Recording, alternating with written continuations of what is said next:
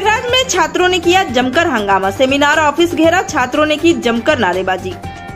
प्रयागराज के civil lines स्थित medical association hall में एक सिविल कोचिंग द्वारा छात्रों का सेमिनार आयोजित किया गया था, जिसमें छात्रों ने जमकर हंगामा किया। सेमिनार में संबोधित करने पहुंचे अलख पांडे की गाड़ी को छात्रों ने घेर लिया और जमकर नारेबाजी की। छात्रों का हंगामा इसलिए था कि सेमिनार का पास और रजिस्ट्रेशन होने के बावजूद एंट्री नहीं मिल रही थी। सेमिनार के लिए लगे पोस्टर बैनर छात्रों द्वारा फाड़ दिए गए और जमकर नारेबाजी की गई। छात्रों का आरोप था कि व्यवस्था नहीं थी तो बुलाया क्यों।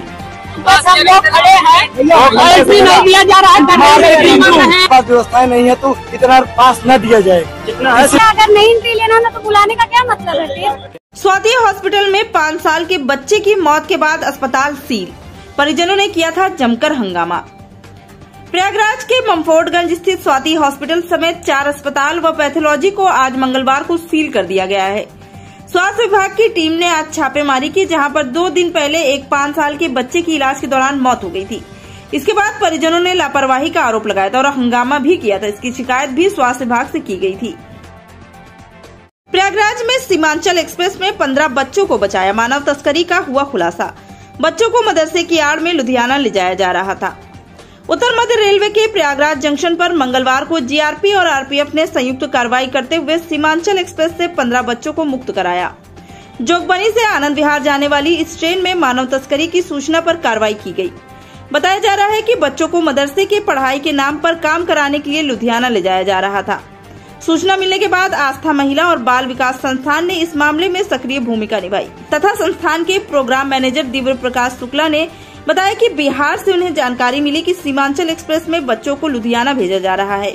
मिर्जापुर में चेकिंग कराई गई, लेकिन ट्रेन मात्र 2 मिनट रुकने के कारण बच्चों को नहीं बचाया जा सका। इसके बाद जैसे ही ट्रेन प्रयागराज जंक्शन की ओर बढ़ी, यहाँ के अधिकारियों को सतर्क कर दिया गया। प्रयागराज जंक्शन के प्लेटफॉर्म नंबर 2 पर ट्रेन के पहुँचने से पहले ही जीआरपी और आरपीएफ की टीम महिला पुलिस बल के साथ सक्रिय हो गई। जांच के दौरान स्लीपर कोच में 4 और जनरल कोच से 11 बच्चों को बरामद किया गया। सभी बच्चों की उम्र करीब 10 से 17 साल के बीच की बताई जा रही है। सोराव क्षेत्र में पति पत्नी के विवाद में पत्नी ने की पति की पिटाई, इलाज के दौरान पति की हुई मौत। प्रयागराज के सोराव थाना स्थित निगदीलपुर के रहने वाले जगदीश प्रसाद का रविवार को अपनी पत्नी सीमा से विवाद हुआ था, जिसमें पत्नी ने जगदीश को इतना मारा कि इलाज के दौरान उसकी मौत हो गई। घर वालों ने बताया कि पत्नी अपनी बहन और भतीजे के साथ मिलकर ईंट पत्थर और डंडे से मारकर अधमरा कर दिया था। अधमरा हालत में सीमा ने अपने पति को 2 अज्ञात लड़कों द्वारा उसके घर निगदीलपुर छोड़ दिया, जहां पर इलाज के दौरान उसकी मौत हो गई। उन लोग ईंटा पत्थर से मारे, फिर उसके बाद उनको शाम को 10 बजे रात घर पहुंचाए। ईंटा पत्थर लाठी से बेल्ट से उनकी मतलब पत्नी और उनकी और आरी बगल के लोग मारे थे। 4-6 लोग मिल के मारे थे और उसके बाद उसको घर पहुंचाए। फिर घर पहुंचाए उसके बाद सवेरे दवा के लेके जाने लगे तो मृत्यु हो गई इनकी। प्रयागराज में दधिकांदो मेले में मारपीट, 2 गुटों ने एक दूसरे पर फेंकी कुर्सी, चाट की दुकान पर खूब चले लात घूसे। प्रयागराज के राजापुर इलाके में रविवार रात दधिकांदो मेले में चाट की दुकान पर हंगामा हो गया। चाट खाने आए 2 गुटों के बीच पहले कहासुनी हुई, इसके बाद एक दूसरे पर कुर्सियों से हमला शुरू कर दिया गया। इसका वीडियो भी सोशल मीडिया पर वायरल हो रहा है। वायरल वीडियो में देखा जा रहा है कि दोनों पक्षों ने प्लास्टिक की कुर्सियां उठाकर एक दूसरे पर फेंक रहे हैं। इस बीच चाट की दुकानदार का सामान बिखर गया।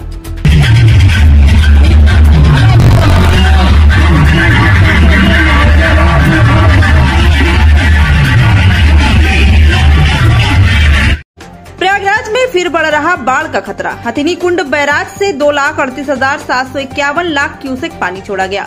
प्रयागराज में जलस्तर बढ़ने की आशंका। प्रयागराज में यमुना और गंगा नदी के जलस्तर में दोबारा वृद्धि की आशंका है। हथिनी कुंड बैराज से 2,38,751 क्यूसेक पानी छोड़ा गया है। यह पानी 2 दिनों में प्रयागराज तक पहुंचने की संभावना है। नैनी में यमुना के जलस्तर में गिरावट की रफ्तार धीमी हो गई है तथा रविवार को गंगा और यमुना के जलस्तर में प्रति घंटे 3 सेंटीमीटर घट रहा था। सोमवार शाम 4 बजे की रिपोर्ट के अनुसार यह गिरावट यमुना में 1 सेंटीमीटर और गंगा में 2 सेंटीमीटर प्रति घंटे रह गई है। एडीएम वित्त और राजस्व विभाग के अनुसार उत्तराखंड में बादल फटने और भारी बारिश का असर भी जलस्तर पर दिख रहा है।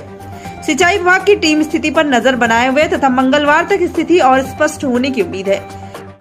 प्रयागराज के धार्मिक मेले में अश्लील डांस, भोजपुरी गानों पर जमकर लगे ठुमके, स्टेज पर युवक चढ़े तो हुआ बवाल। मेजा तहसील क्षेत्र से लगभग 1 किलोमीटर दूर प्राचीन बाबा बोलनधाम मंदिर के पास सोमवार को एक धार्मिक मेले का आयोजन किया गया। मेले में जमकर अश्लील डांस हुआ है। स्टेज पर 3 डांसर हिंदी भोजपुरी गानों पर थिरकती नजर आई।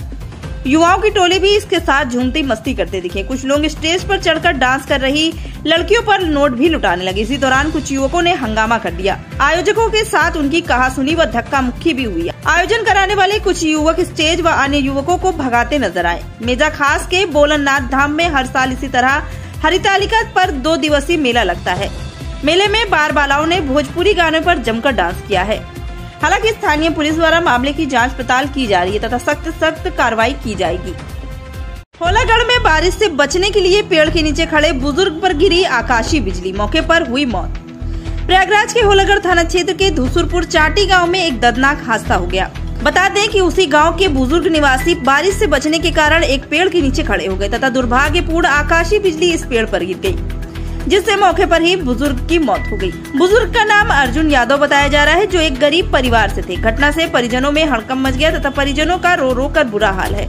हालांकि मृतक का अंतिम संस्कार कर दिया गया है।